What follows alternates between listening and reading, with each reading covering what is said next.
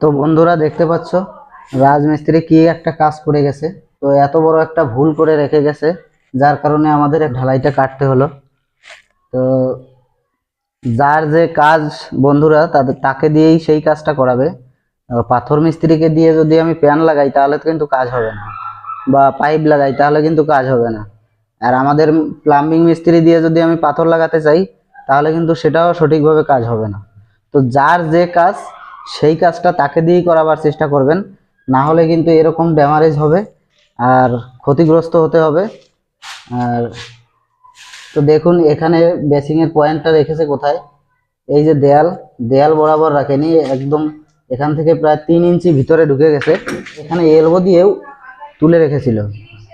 তো বন্ধুরা সর্বশেষে একটা কথাই বলবো, তো সব সময় যাদের যে কাজ তাদের দিয়ে করাবেন, না হলে কিন্তু এরকম ভুক্তভোগী আপনাদেরও হতে হবে, আর আমাদের মিস্ত্রিদেরও কিন্তু অনেক ভুক্তভোগী হতে হয়। হুম।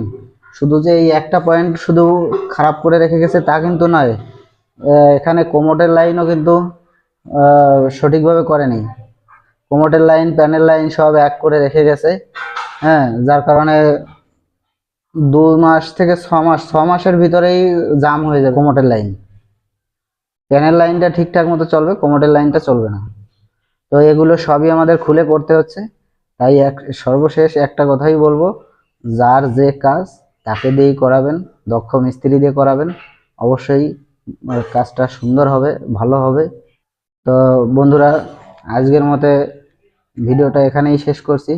তো ভিডিওটি যদি ভালো লেগে থাকে অবশ্যই আমার চ্যানেলটিকে সাবস্ক্রাইব করে দেবেন, পাশে থাকা বেল আইকনটি অন করে রাখবেন, যাতে এরকম নতুন নতুন ভিডিওগুলি সবার আগে আপনি দেখতে পান। তো বিদায় নিচ্ছি আজকের মতে, বাই। একটু কমেন্টে জানিয়ে দেবে যে আমরা লাইনটা যে করলাম এই লাইনটা কেমন হয়েছে। এটা বেসিংয়ের লাইন আর এটা ওয়াশিং মেশিনের লাইন, এখানে ওয়াই দিয়ে করা হয়েছে।